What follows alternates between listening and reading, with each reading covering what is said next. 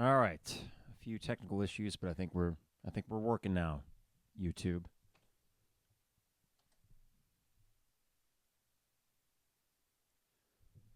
It is the 200 level Mike Carpenter in the basement studio on a Sunday morning, not a Saturday morning, because I didn't have it in me to talk about Illinois. Let's start again. I can't even get the intro to this podcast right. Okay. This is appropriate given how Illinois played on Friday. Here we go. These are the bloopers you only get on YouTube. It is the 200 level episode 358, Unmitigated Disaster. Yeah, call it hyperbole if you want. I'm prone to it. But not good, Illini football, not good. I did not do a podcast on Saturday morning because I just didn't have it in me. I didn't want to talk about it. Everything that I saw and talked about with my friends as we were watching it on Friday night, I didn't think it bore repeating less than 24 hours later, because I think most Illini fans woke up Saturday thinking, okay, well, time to move on with my fall. It was the kind of performance that effectively ended the season, even though you're only halfway through it. It was the kind of performance that was absolute worst-case scenario, given what was at stake. I think for any lingering thread that Illini fans like myself had in trying to attach themselves or invest in this team, that's gone. There's nothing to attach to and there's nothing to invest in. So I woke up on Saturday, as I so often have as an Illini football fan, having to make that decision. Do you completely detach and just move on with your fall and all the other things you enjoy? Or are you a masochist and you want to make yourself miserable? Now, there are some hardcore fans, and God bless them, there is a masochistic streak to the way they root for Illinois football. They feel like they need to watch every last play and every last game, and that someday, somehow, this is all going to pay off. I'm not quite there, but I'm also not at the level where I can completely detach and say, you know what, screw it, I'm not watching it, I don't care about it. But the problem is, I want to care about it. I want to be invested in it. And it struck me Saturday morning as I woke up on, I guess that was October 7th, that a year ago, almost to the day, I was waking up and getting ready for a 3-1, or was it 4-1? 4-1 Illinois football team to host Iowa. I was thinking about how last October, in contrast to this October, how I felt after the first game, October 1st at Wisconsin, 2022, and how it felt as if we had truly turned a corner a year and a half into the Bret Bielema experience. And just over a year later, the feeling isn't just, oh no, another crappy season is upon us. We've felt that before. I think it's something deeper and scarier than that. Let's get this out of the way. Some positivity at the start of the podcast, because I'm going to get to some listener feedback in a bit about how Illini fans feel about Bret Bielema going forward. Here's the optimistic part of my mindset. I am not a fatalistic Illini fan. I do not think that just because Illinois football has been bad historically, that therefore they must always be bad. I don't buy that. There are obstacles and challenges that Illinois football might have to overcome, and I'm not going to dismiss the fact that being a perennial loser is an obstacle. That is something to overcome. But in this day and age, with name, image, likeness, with Big Ten money, with the donors that are all too happy to pay into this thing, with a staff that's top half of the Big Ten in terms of how much they get paid, I don't buy this notion that we can't be good, which makes this all the more frustrating. There are reasons why Illinois should be much better than this, because the bar they've set this year, unfortunately, is not just bad, but it's like bottom of the Big Ten bad. It's, if they play like that against Northwestern, they probably lose bad. This is an awful football team. But no matter how bad it gets, no matter how many bad years I see, I'm not going to resign myself to this notion that Illinois football must be at the bottom of the barrel. that they are destined to be crap. Because it could have been easy for a Wisconsin fan to say that for decades before Barry Alvarez got there. And it could have been easy for Iowa fans probably before Hayden Fry. This is doable. It just hasn't been done. So I want to start with that. A lot of fans, understandably, are just divorcing themselves from Illinois football ever being successful. And I think that is a defense mechanism. And I think they're also going with what they've seen. So it's half rational and it's half emotional. I don't blame them at all for that. But I just can't shake the fact that this can be better. It can be consistently successful. And that we really don't need to be that great in order to enjoy it. I certainly don't. I don't need 10-win seasons. But I just can't do the 3-9s and 4-8s, which is probably what you're staring at this year. So that's my optimism to start this podcast, because I was reading these replies to a tweet that I put out with the 200 level yesterday, and I retweeted it myself, and I think in total I got about 100 responses. I said one word to describe how you're feeling about Bret Bielema and the future of this program under Bret Bielema. And boy, oh boy, there were a lot of responses that went beyond apathy. And that to me is when you've lost a fan base. We got a lot to talk about today. This is a macro podcast, as you very well know. I'm not going to break down the Illinois-Nebraska game play-by-play because, well, first off, that would be a completely ridiculous exercise for the game that we watched. It was insane. And secondly, there seems to be bigger fish to fry after what we watched. So we're going to focus on that, and golly gee, I'm just trying to think, like, how will I cover everything, because there's a lot to get to. So let me just talk about our sponsors first. Of course, DPDough, online at dpdough.com for all the best deals and prices. dpdough.com. I don't know how many celebratory calzones there will be, but fortunately, they're great for takeout and delivery lunches. So during the week, if you don't want to go onto campus, they can deliver piping hot calzones to wherever you're working at. And the great thing about DPDough, for anyone that's had it, you know that the prices are super affordable. The food, just great amount of food that you get for the price, very filling and fresh. That's the thing about DPDough and why they've been going now for 16, 17 years. That's dpdough.com. Also, Dogtown Heating, Air, and Plumbing, your home's best friend. Give them a call at 217-841-4728 and get that furnace tuned up so it doesn't let you down on these cold nights coming up. Dogtown is the people's choice and #1 HVAC company again in 2023, and they want to celebrate with you by offering 0% financing on all Lennox high comfort systems and single component units for qualifying applicants. That's 0% financing. So here's what you do. Just call them at 217-841-4728 for more information. That's Dogtown Heating, Air, and Plumbing, your home's best friend. Also, Owen Builders, LLC, online at owenbuildersllc.com. Luke and his staff, tremendous craftsmen. The customer service second to none. Bathrooms, kitchens, home additions. That almost rhymed. I like that. Patios, decks, indoor, outdoor. They have a wide range of services, and you can go online to owenbuildersllc.com for a gallery of their work. That's owenbuildersllc.com. And finally, State Farm agent Brian Hansen, online at brianismyguy.com. Life, auto, home, business, renters, you name it. Brian is my guy, and he can be your guy as well at brianismyguy.com. We will get Brian back in for some basketball games, hopefully. It was a lot of fun having him in for some of those games last year. I know Isaac will be able to do some of them as well, but Brian is the person to go to for any insurance question you have. Kara and I are going to be with him for forever, pretty much, because the home and auto that we do with them, the State Farm prices, you already know are good, but it's really the service that sets Brian and his staff apart. That's brianismyguy.com. Hey, if you want to support the podcast, support our sponsors. And finally, Champagne Showers Podcast Network. Appreciate them and appreciate you. Ratings and reviews on Apple Podcast really do help us out as people try to discover a new Illini podcast, and one that will be bemoaning the realities of Illinois football for the next month and a half. Yeah, we're going to transition basketball a lot earlier than I thought. We used to have this thing on 93.5 called Operation Prolong Relevancy. It was a joke that we would have where, okay, Lovey, or okay, Tim Beckman, or that 1 year was Cubit, prolong relevancy and give us the bridge that gap to basketball season. More often than not, they cannot do that.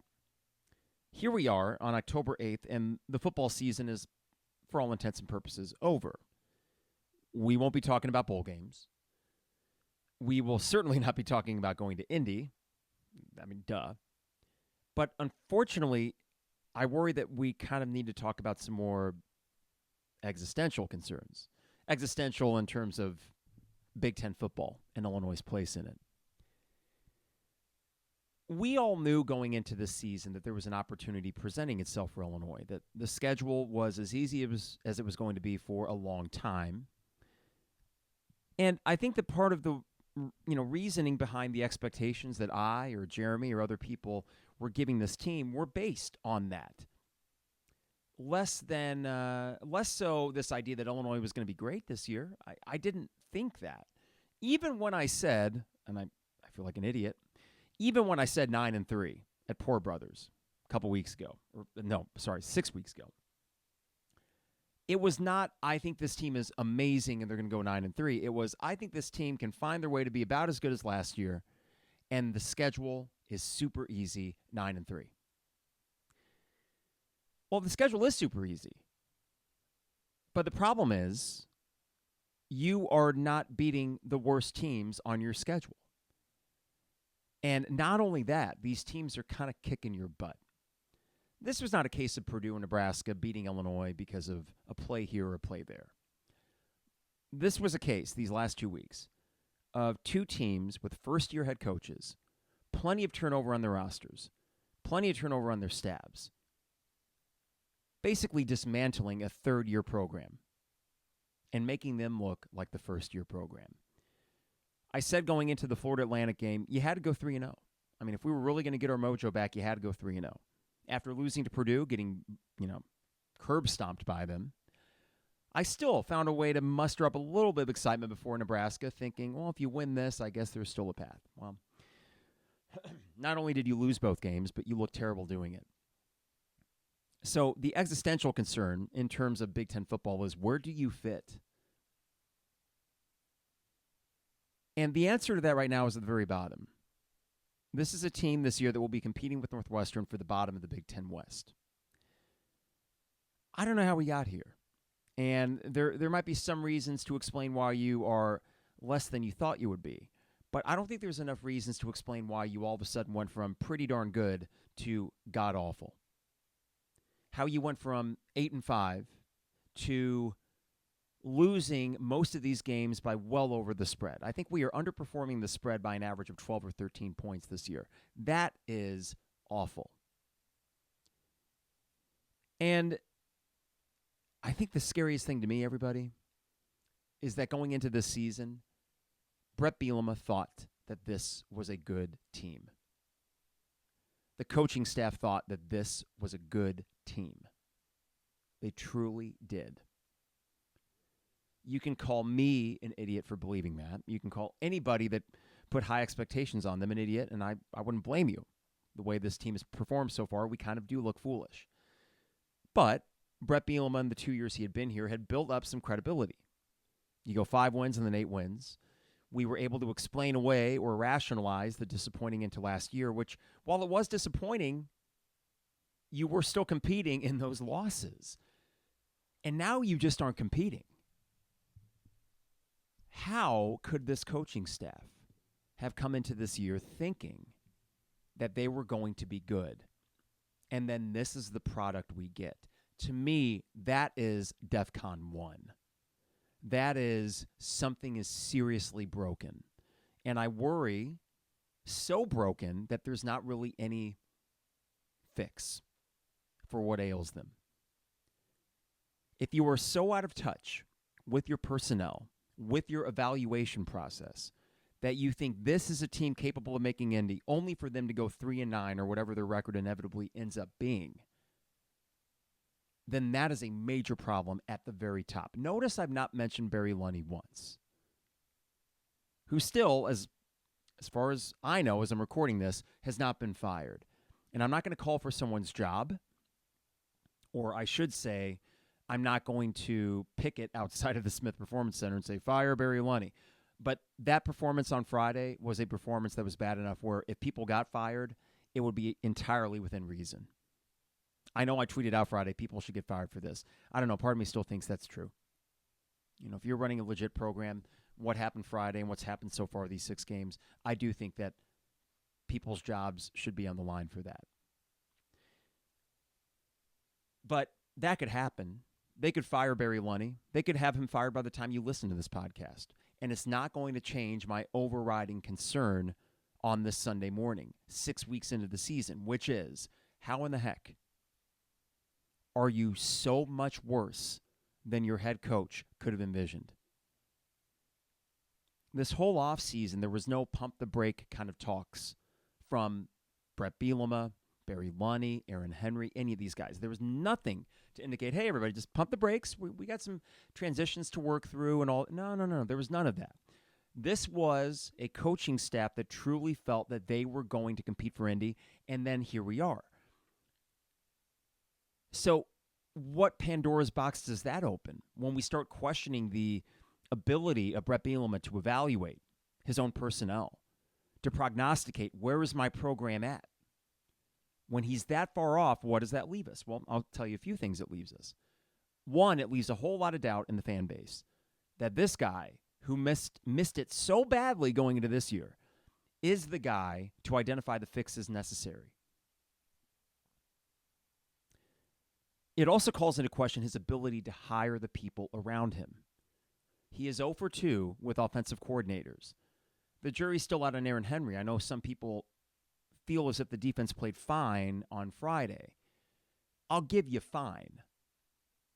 But Nebraska, when they really wanted to gash you for some yardage, they could do that. Nebraska was just so stupid themselves that they kept handing you the ball back. Please, take the ball, win the game. We don't want it.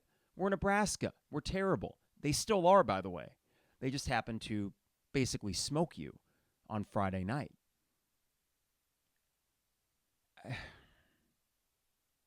I don't know how we got here. I mean, it's actually kind of surreal.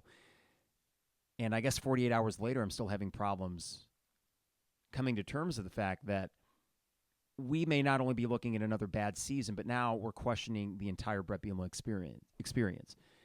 I say we as if that's universal. I know it's not. And he's not going to get fired this year, and frankly, I don't think that would be the right thing to do either. Even if it gets really bad, I don't know. I know Illinois football, we are conducive to the crap year more often than not. So maybe this is something worth waiting for.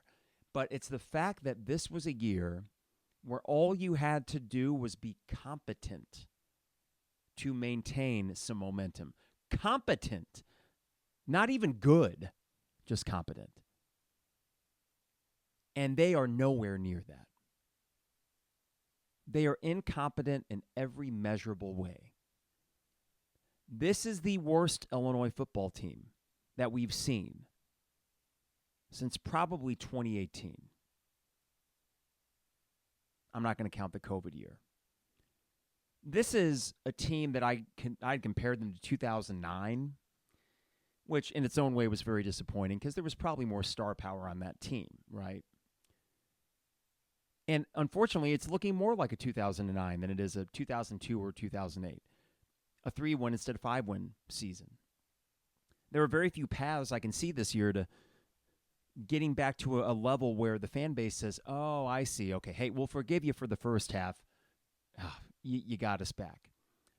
And as I mentioned before in this podcast, the concern with these letdown years is that every time you have one, you permanently turn off a selection of fans that say, I'm not going to get burned again. I think the stadium told the tale on Friday night. Now, I did not go. I discussed that on Thursday's podcast and ended up having a great time Friday with some friends who came over. We did the Midwestern guy thing. We set up the TV in the garage, which blocked the wind, had some Costco pizza, had some drinks, had some cigars. It was a really fun night. Just hanging out with friends. A lot better than traipsing all of our equipment and setting up in Lot 31 only to get out of the stadium at 11 o'clock after a 4-freaking-hour game where Illinois got their asses kicked yet again against a very bad team. That would have been miserable. I applaud those who did it. But to give you an anecdotal example of how bad this has gotten, when you turn off people like me and my friends that would happily tailgate in Lot 31 and go into the game and just check it out. When you turn us off to the point where we say, not going to bother, then what does that say about the casual fans or the 10,000 people that thought, you know what? Let's buy season tickets. I think it's different. It will turn them off permanently, or at least it stands chance to. And just when you really have to be building momentum and becoming a thing, or at least establishing a baseline of we don't suck entering this 18-team Big Ten, instead, you're reestablishing all the norms that made Illinois football an afterthought and a doormat for decades. And you've done that in 6 games. It is an absolute disaster, and I worry that Bret Bielema may not be able to get this program out of it. Time will tell. How much time, I don't know. I think they'll be very aggressive this offseason. We still got 6 more freaking games to go with this team, whatever this team is. But they will probably be very aggressive this offseason. There will be staff changes. People will get fired. They'll hit the transfer portal hard. And maybe, just maybe, they put a Band-Aid on a gaping wound like you did with Ron Zook getting Vic Koenig and Paul Petrino. Maybe that works. And I'd be super happy if it did, because I think there is a difference between a Ron Zook and a Bret Bielema in terms of competence as a head coach. And that, unlike when they did the Band-Aid, on a gaping wound with Ron Zook and his coordinators, I had no faith that, even if those coordinators were great, that Ron Zook was ultimately a guy that could run this program. I was kind of done by the time 2010 hit. With Bielema, I would actually have a little bit more, okay, if he's able to right the ship here, then I feel like he can keep it going for the long term. But it's going to take a lot of work and a lot of money and a lot of resources to undo the damage that they've done in these 6 games. And not just these 6 games. You are 3-9 in your last 12. As Trevor had texted me and Isaac yesterday, this is what's so confounding. I think Bielema started 2-5. And then there was a stretch in the middle there where I think, finished that 2021 season 3-2, and then started the next season 7-1. So you actually had a 10-3 record in your next 13 games. And since you were 7-1 last year, you were now 3-9 overall, with your wins against lowly Northwestern, where you smoked them thanks to some defensive turnovers, Toledo by the skin of your teeth, and Florida Atlantic by a score. Those are your 3 wins. And there's been some close losses, but there's also been some performances, and I'll throw Michigan State in there as well. That was an inexcusable loss. Purdue in its own way kind of was too. Michigan made you feel better because you thought, oh, well, even though we lost, that was the number 2 team in the nation. That might have been the best game that Bret Bielema ever coached. But now the losses aren't close. They aren't competitive. The only thing I can think of that would rationally or reasonably explain why there's such a drop-off that we did not anticipate is that maybe we're in that weird middle ground between Lovey's guys and Bret Bielema's guys, and there's this weird disconnect. That would be the only personnel kind of thing that would explain why there's this much of a drop-off. But even if I grant you that, you're playing bad teams. You're playing first-year coaches. And you are getting outmatched in every facet of the game. The stat that people keep throwing out from Friday night, and I get it, 21 rushing yards for Illinois. 21 for a Bret Bielema team against a Nebraska defense that's fine. That is one strength that Matt Ruhle has had with that team this year. Their defense is fine. But great, it is not. I should have known on Friday. I'm watching the game, and this is right before my friends get over. And I'm starting to get excited during the first drive because it felt like, yet again, another really good first drive by Barry Lunny. He has this ability to script plays with some effectiveness. And we get all the way down to the half-yard line. It's 3rd and goal, and there's a QB sneak. And it was a mess. They couldn't call it a touchdown. I get it. I didn't see it on the TV, if he got in or not. I didn't mind that call. It's QB sneak under center. Good try, safe call, no problems with that. Now, Reggie Love was out there on the 3rd and goal. I thought, well, that's not the guy you want in a short yardage situation. So Illinois lines up again for a 4th and goal, and Reggie Love's still out there, and I think, damn, like I wish you'd substitute, get Fagan out there. But I also understood that, well, wait a second. If you substitute, then Nebraska can substitute, get in a fresh D lineman or two. Fine, go with the guys that you got. But then Nebraska calls the timeout, essentially granting you a free opportunity to get Caden Fagan, all 6'3", 225 or 250 pounds of him, to get him out on the field and get you an inch, which you would have gotten, even with the piss-poor offensive line that you have. And what do? We keep Reggie Love out there. Now, like Reggie, this is not a slide against him, but if you need a yard, short yardage situation, put in the big back. This is football 101. This is the kind of crap that you do on Madden when you're a kid. Now, whether that's Barry Lonnie or Bret Bielema, not making that call and not ensuring that Caden Fagan is out there, I'm not sure. I would imagine that Bret Bielema gives Barry Lonnie autonomy. But as the head coach, we're talking about situational football. This is something that Bret Bielema harps on all the time, and apparently they practice it. How can you get into that situation and not have your big back ready to go? And if we even simplify it, 3rd and goal from the inch line, why is Caden Fagan not getting 2 carries? Simplify it, right? Would that have made the most sense? Would Caden Fagan have gotten an inch in 2 tries? I think so. And you start the game off 7-0, and it's a completely different ballgame. Your season is on the line. And you give it to Reggie Love up the middle. Pretty sure it was a shotgun snap. I forget. Boy, who cares? That's a whole other thing. Right there told the tale of how the rest of the game would go. All 4 hours of that garbage was right in front of you in the first drive. And sadly, that first drive was the best. That was the best drive. Yeah, you got a touchdown later. Great deep ball. And a great catch from Pat Bryant. That was an amazing play. After that, for some reason, you weren't really going deep. A lot of jet sweeps. A lot of little bubble screens. You know, the Barry Lunny specialty. But again, I could blame Barry Lunny and place this all on him. He of the extension that was granted to him by Josh Whitman last year. As if someone was going to come in and scoop Barry Lunny. Again, a Gunther-esque move from an AD that I don't want to be Gunther Part 2. We're extending an offensive coordinator nobody was going to come in and snag. Why? And now it's going to bite you in the ass, and you're going to have to pay money to get him out of here and try to bring in somebody else. But again, whose program is it? It's Bret Bielema's. The Bret Bielema fan club that I kind of unofficially, I don't know if I anointed myself anything, but I think listeners of the podcast know that I was a big fan from the get-go. And the first 2 seasons gave me nothing but optimism that this was the guy. But right now, I am very worried that he is not. And that with Illinois, you're in this precarious position where if you get momentum, you damn well better grab it.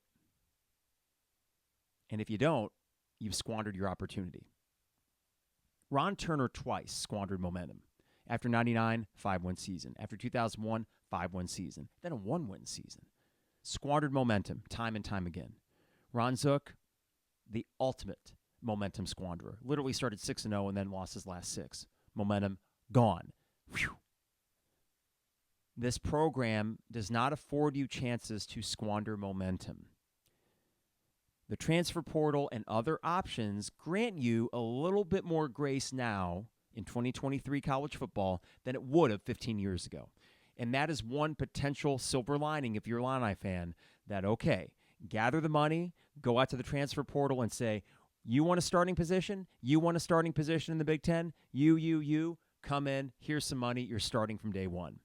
Because that is the only way in hell that this team's going to be worth anything next year, is bringing in a bunch of guys that are not on this roster right now. Because if you ask me, well, Carp, I know we're losing games, but what do you see that gives you hope for the future on the field? I would say, I don't know. I will say I still like Luke Altmaier. I think he's a pretty good quarterback, and I feel like I need to give him an incomplete grade. Yeah, all the interceptions, that sucks. But you know what? That guy gives you a chance. There are some mistakes that he makes, but when he's coordinated this poorly, I just feel like he's one of the few guys giving you a fighting chance to win games. So no, I can run with Luke Altmaier and think if I got enough guys around him and a coordinator worth a damn, we might have something. But what else is there?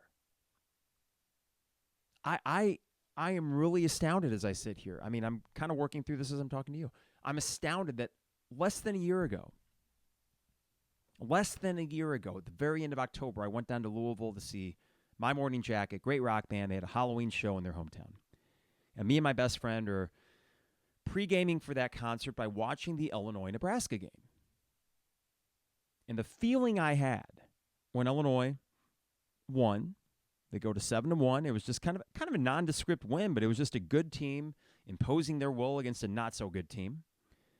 And my friend and I are walking the streets of Louisville down to the KFC Yum Center, the arena down there for the show, and there was that extra bounce in my step that you get when you have a good football team to root for. Now, in my life, that's very fleeting.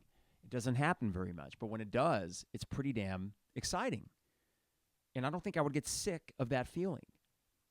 But I also knew coming into this year that it probably wasn't going to be a 7-1 start, and that it wasn't going to be like last year's amazing October, that if anything, it was going to be a little more hit or miss or hot and cold, win a game, lose a game, win a couple, lose one, because this was a team that would have to find out some things about themselves. But by no means did I expect this to be a perfect, easy season. Even with the gaudy 9-3 prediction that I had, that was predicated on the fact that you did have enough coming back.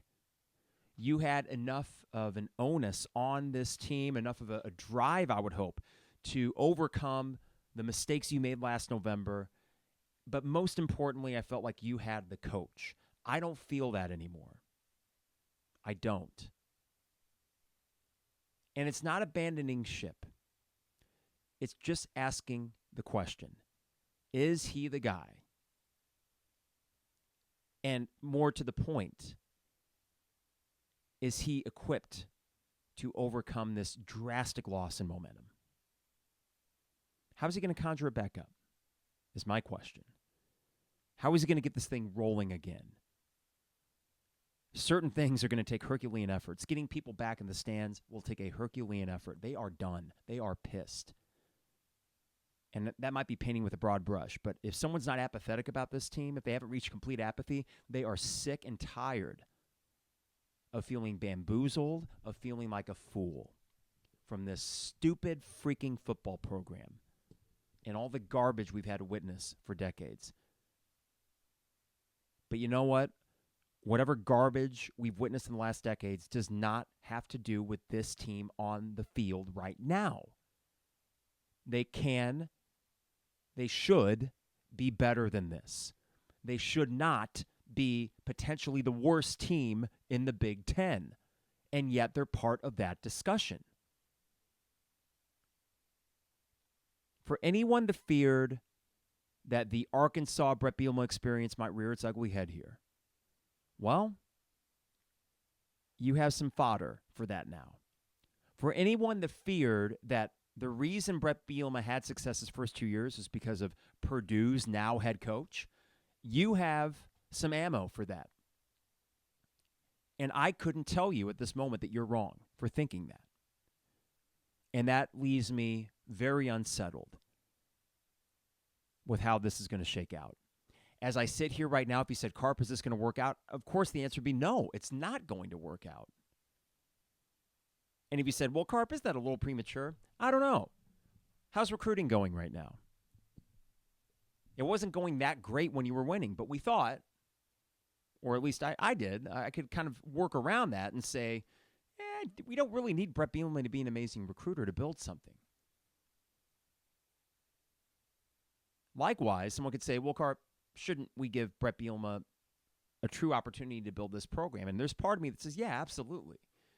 But then there's the other reality, which is you better do it quick, because otherwise you're going to be left in the dust in this 18-team Big Ten. Man, how do we get here? I just have a hard time lumping in past Illini failures with what we're seeing right now. In a vacuum, why is this so bad? That's the vexing question that I just cannot figure out. And it just sucks. I mean, take this for example. Homecoming, big tailgate, probably going to be a beautiful mid-October day. But I'm talking to Carrie yesterday. I'm like, we had maybe some friends come for the Indiana game. I'm like, well, we'll have to see what the weather's like, because the time and energy required for this, I don't know. It is a question of time and energy, and what are you going to put in? And as a fan, that is entirely your decision to make.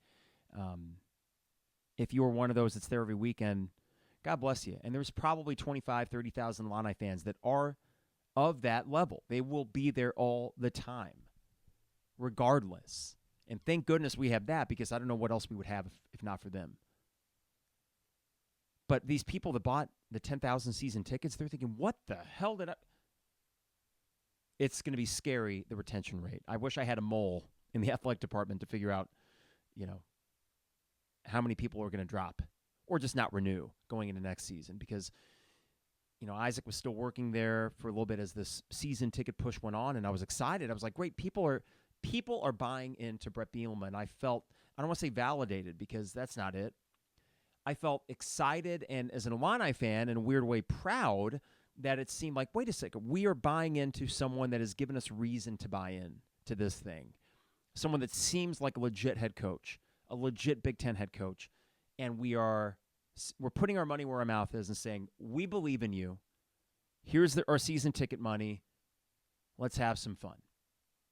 And that a 6-6 season would have been enough for people to probably keep their season tickets and say, yeah, they made a bowl game. There were some rocky moments, but they made a bowl game. Bret Bielema showed us yet again that he can steady the ship. But now, in DEFCON 1, when it looks this bad, everybody will ask every question. And I don't think there's going to be any answer that we get from on the field. So, boy, it stinks, doesn't it? I mean, I was prolonging doing this podcast because it's like, oh, God, got to talk about this again? I have not heard Jeremy that fired up in a long time. And I always love doing shows with Jeremy on 93.5. And I woke up Saturday, and when I go for my run, I listen to him and Joey's podcast from the night before, or early that morning, because I think it was like 12:30 when they did it. And even commenters were saying, man, I've never seen or heard Jeremy this angry before. And like Jeremy very simply put it, I hate watching bad football. For him, he's sitting in a press box, watching a garbage 4-hour football game, going down and talking to people who are miserable, doing a podcast with Joey, and they're really good at it, and then having to hear and see the misery from Illini fans. There's a lot of misery. And he's probably thinking, I just want to be home with my family. That's what I was Friday night. I was able to make the choice, because unlike Jeremy, it's not necessarily my job to be at every single game, but I probably should be watching them. But I was able to make the choice that I would rather be at home watching it on TV in the comforts of my garage, so I can go see the dog when I want, I can go hang with my wife when I want, I can have a cigar. I get all this freedom, right? Well, he doesn't get that. He's not afforded that. He's got to watch this garbage from the kickoff until the game ends. And we're only halfway through this stinking season, and this is what we've got to show for it. We got 6 more games of garbage football. How many more quarters can you feasibly watch, intently watch, before you just say, you know what, I got to go rake the leaves? There have been way too many Saturdays in my life where I've had to make that decision. Continue watching bad football or go rake the leaves. And occasionally, sometimes when raking the leaves, there's a game like Illinois-Penn State where in the second half I say, ooh, you know what? I'm done raking for the day. I'm going to go check this out. And actually, instead of just listening to it, watch it. And that worked out beautifully. But it's not a decision that we should have to make every single fall. And it seems like, unfortunately, that happens all too much. And people eventually will just say, you know what? I'm not even going to think about Illinois football. I'll rake the leaves and think about other things. Just hard to get them back. You know, maybe people would wonder, what's your concern about how many people are into the program or how many people are going to the games? Why are you concerned about that? I think it's a perception thing. I think it is the idea that we have a football program that people can be proud of and excited in, and knowing realistically it would not take much in order for Illini fans to invest long-term in their football program. It would not take much. And that's what I think is so maddening about this. We're not asking for the moon. We're not even asking for a trip to Indy. We don't need that. Even before this season, I said, you give me the Music City Bowl, I'm ecstatic. The Music City Bowl. A 7-5 record sometimes gets you down to Nashville. I would have been ecstatic. Taking it from day one. Wouldn't even need to see what's in the mystery box. No. Give me Music City Bowl. I'm happy. Let's move on. No. We aren't even going to be sniffing the Little Caesars Bowl. We won't even be sniffing, I don't think, the 5-7 APR. Oh, your graduation rate is good. Here you go. Here's a crap bowl. We won't even be sniffing that. That's how bad this thing is. Every statistical thing out there tells you are getting your butts kicked in every game. And the 2 games that you did win were by the skin of your teeth against lesser opponents. Let's rip through this real quick. I asked Illini fans yesterday one word to describe how you're feeling about the future of this program with Bret Bielema. I'm just going to rip through these. Bobo says uninterested. Bobo and many others, I would imagine. Zane says nervous. I'm a little more than nervous. I'm scared, Zane. I'm just outright scared. From Ethan, a little bit more optimism here. He says calm. I hate how we performed this season. Some coaches may need to go. That being said, look what Bret Bielema said before Penn State in 21. We don't have anyone in the 2 deep. Guess what? That's coming to a head now. Things will improve. Last year was special. Stay fast. I hope you're right, Ethan. I'm a little more skeptical than that, but I did mention maybe 10 minutes ago that the one rational thing we could discuss about personnel would be that you're in that weird middle transitional phase between Lovey's guys and your guys. Team Vulture says familiar. The Orange Mamba says extinguished. All the juice that last season built up has completely dissipated. It absolutely has, and I hate it. I hate it, Mamba. Brad says inquisitive. Well, there's a lot of things to inquire about, and I think the offseason especially, but we got 6 more weeks to wait for that. From Jacob, dread. From Vance, disheveled. It feels nostalgic to mid-2000s when we're enthralled when we got a first down. The other team's players are always wide open. Everything for us was like walking through quicksand. Good tweet, Vance. From K. Andrew, 2 words, preventable doubt. Worried more about recruiting underclassmen to stay for 24 than recruiting preps to come here. Dreading day 1 of the portal this December. And all of it was preventable. Blueprint for 6-6 was and is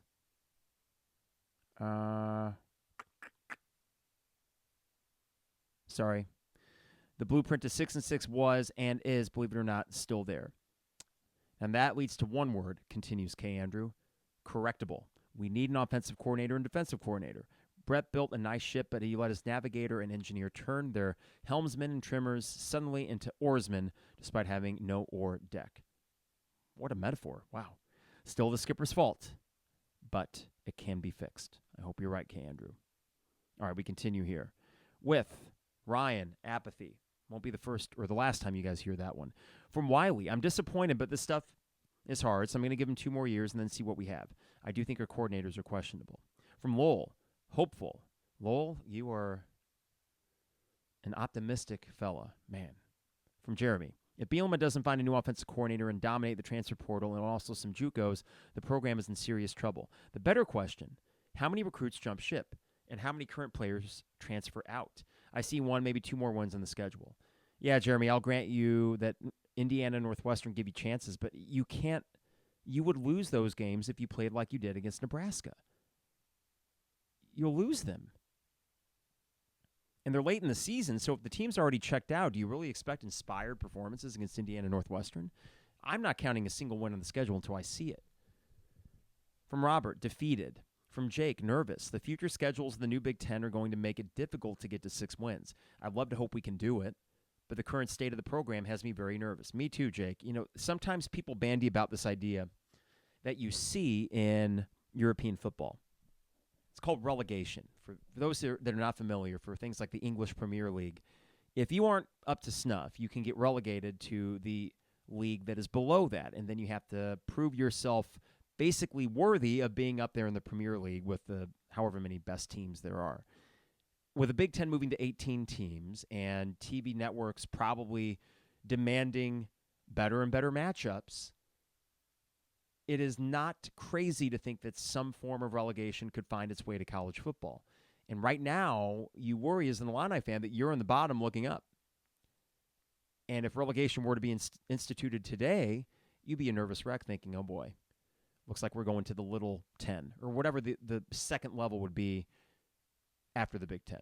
I don't know how that would all work out, but I do think, Jake, that it's worth bringing up. From Carlene, hopeful. From JD, hopeless. From Illini fan, SOS, same old stuff. From Shy Boy in LA, concerned. From Chev Chelios, short. Putting the catastrophe of this season aside, this guy doesn't want to embrace the new era of running a program. He either gets on board with NIL, is a component of recruiting, or he gets lost. And he's referring to Bielema here. Yeah, they use that money on Newton and Randolph mostly, and I get it. Next year you will have NIL money to kind of divvy out there. From Blockhead, basement. Every team added to the Big Ten is multiple levels above us as a program. We're clearly at the bottom of the conference by damn near every statistical measure. Yep. That is a fact. From Big Kurt, grim. From David, concerned. From Robert, still mostly positive. Wow. From Nicholas, fine.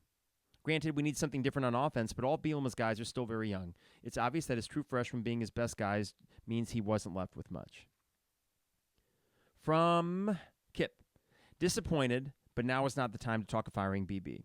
Last year was the best season in years. He's a respected, legit coach, and Illinois shouldn't fire a guy this season after a bowl. He deserves a chance to right the ship next year. And Kip, yeah, as down as I am right now, I don't think it would be in the best interest of Illinois to fire him in the off chance that this is truly just an aberration and not some start of a precipitous downward slide that you can't get out of.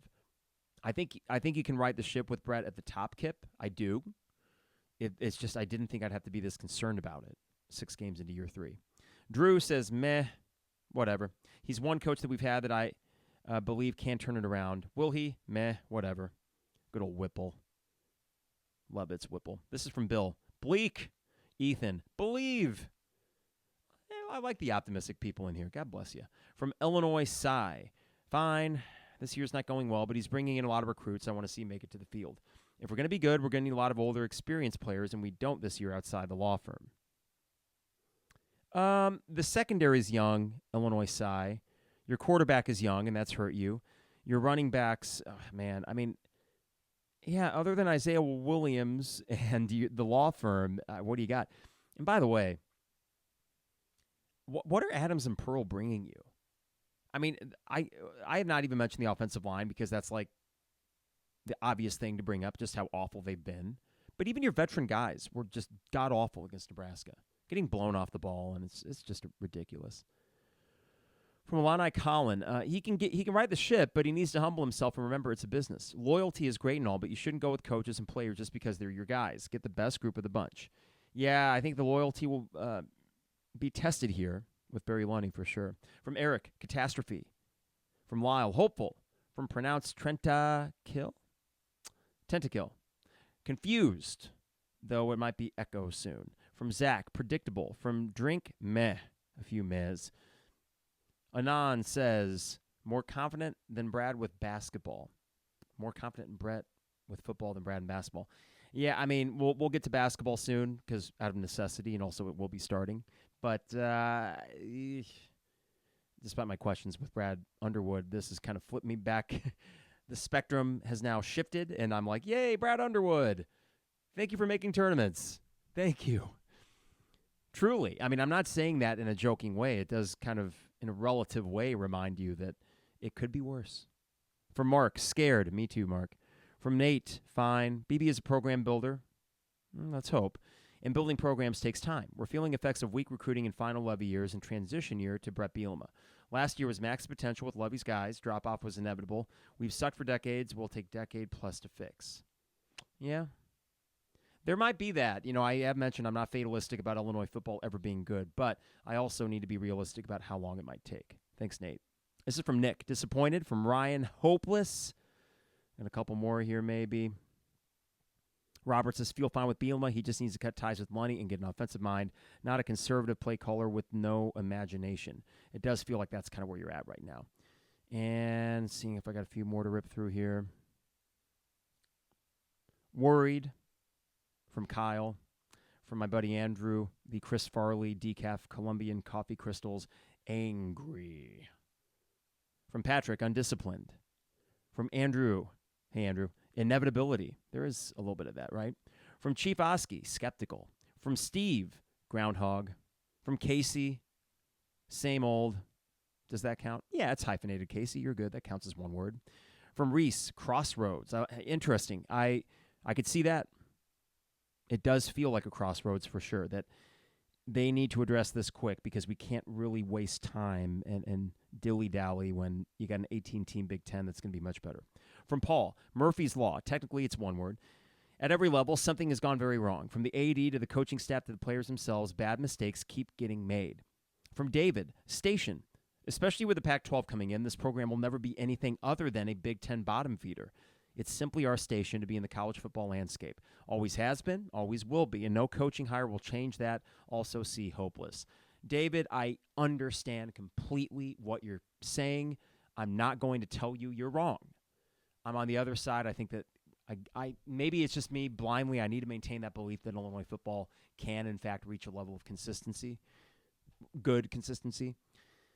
But, David, I can't refute that until I see it. From Tyler, Payne. From Kyle, I don't know if you've already recorded, but there is one of those long German. Is there a German word for, quote, realizing that no matter how many different ways you try the same thing, nothing is ever going to work?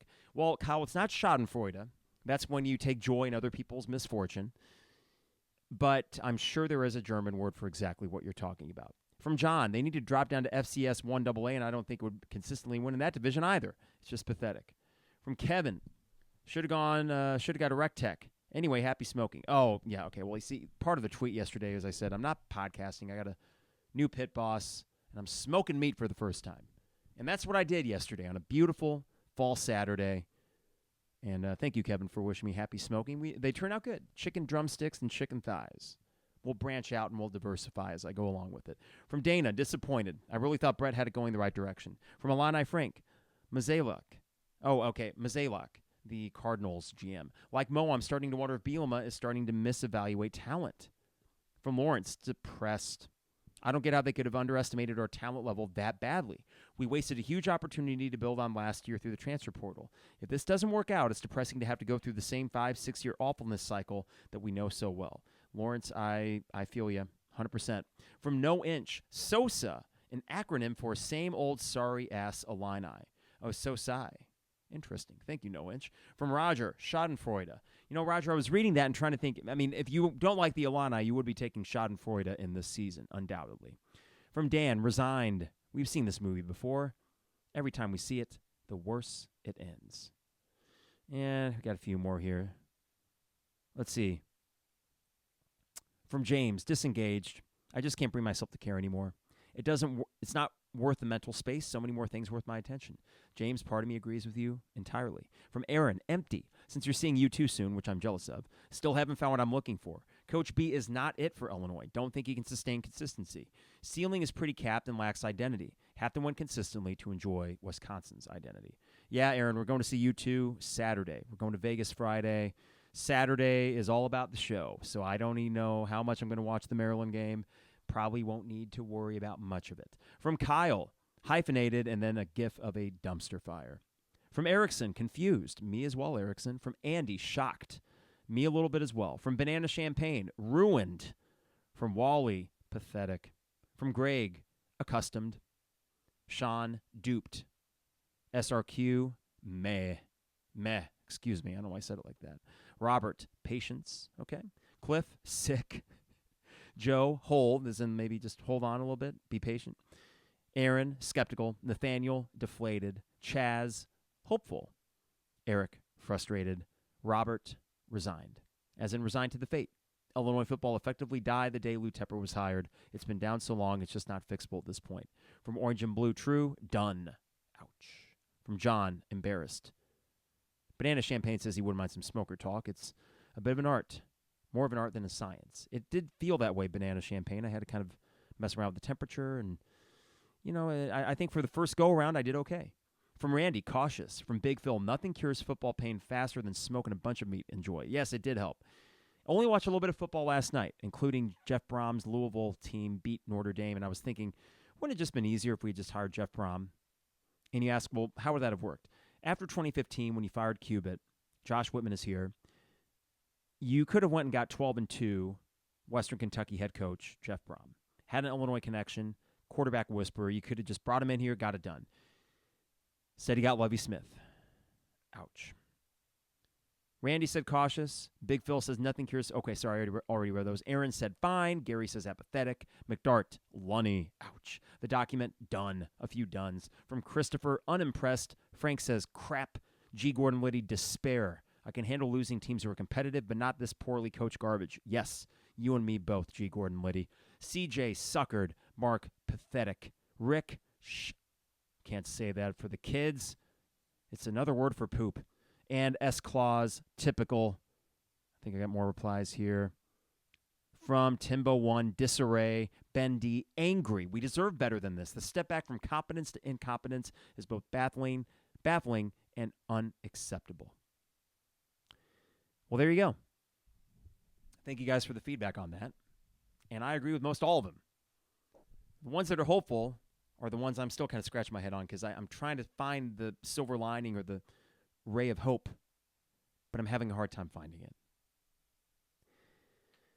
We'll be back Wednesday. I think I'll talk to Harry and see if he wants to hop on and do one, and then it will be a bit of a break for us. We'll take a week break because after Wednesday night, parent-teacher conference is Thursday, Friday, and then Friday at lunchtime driving to Chicago to fly to Las Vegas. And Karen and I will be out there through Tuesday, U2 on Saturday night at the Sphere, Grand Canyon Sunday. Just excited to check out Vegas. Never been. The whole trip's going to be a blast. So we'll probably not be very up on the Illinois-Maryland game. I'll keep tabs on the score, and if it's like fourth quarter, it's a one-score game, we'll scoot into some casino or sports book and watch the end of it. But I wish I cared more. But they haven't given me reason to. So here we are talking about it. It matters to us. But now is that time of the year where we make that choice. What do we engage in as fans? Real quick before I get out of here, I know on the YouTube feed might have gotten a couple of messages, so I want to make sure that I get that. And thank you all for kind of tuning in spur of the moment here on YouTube. Let's see here. Illini Brick Girl, thanks for chatting in a little bit. The question I keep asking myself from Illini Brick Girl is, why are four-star wide receivers sitting on the bench? Everyone else is also dropping passes and not getting any separation. He's not going to stay to warm the bench. From Illini Brick Girl, she also said it was brutal to watch that game inside the stadium. Fagan should have been in there, running a QB sneak under center, but waiting 10 seconds to snap. It was poor preparation. And that was the tale of the game, Illini Brick Girl. It really was. Jay also says, losers culture, loser program, it never changes. Jay, in my angry moments, I'm watching that game Friday, and I know I said the TV, bunch of freaking losers. And not specifically about the players on the field, but just the program in general. What a just loser poverty program. And in my angriest moments, I feel that way. I really do. When it's good, it feels so good, maybe because it's so fleeting. But I tell you what, if it was consistently good, I think it would always feel awesome because for 36 years, it has not been good. I think I would embrace it and just be so grateful. I was so grateful for last year. I'm also glad I went to Florida. And I even told Kara as we were walking the dog this afternoon, around lunch, I said, I think subconsciously I really wanted us to go to that Florida bowl game because in my mind, I'm like, I don't know when that's going to happen again. Thank God we did. All right, everybody, before we get out of here, got to thank the sponsors. DP Dough online at dpdough.com. They deliver anywhere in Champaign-Urbana, so go online to dpdough.com. Dogtown Heating, Air, and Plumbing, your home's best friend at 217-841-4728. Dogtown Heating, Air, and Plumbing. Also, State Farm agent Brian Hansen online at brianismyguy.com. Life, auto, home, business, renters, you name it. Brian is my guy, and he can be your guy as well at brianismyguy.com. And finally, got to thank Owen Builders LLC, online at owenbuildersllc.com. Home additions, decks, patios, kitchens, bathrooms, you name it. Luke and his staff are great craftsmen, and they will get back to you super quick. Free quotes as well from Owen Builders LLC. Thank you to Champagne Showers Podcast Network. Thank you for those tuning in randomly on a Sunday morning. Go enjoy the rest of your NFL football Sundays. Watch some real football. Hey, the Bears got a win Thursday. Justin Fields has looked good 2 weeks in a row. Get that number one pick, only win a couple more games, and let's get Marvin Harrison Jr. I know that's the drum that Jeremy Warner is banging, and you know what? I'm on that too, because I think Justin Fields could be the guy. I hope. I need something, people. As a football fan, I need something. Enjoy the rest of your Sunday. Enjoy the early start of your week. We'll be back with one more podcast before I hit up Vegas, and we'll see you soon, everybody. Hopefully there are brighter days ahead. It is the 200 level.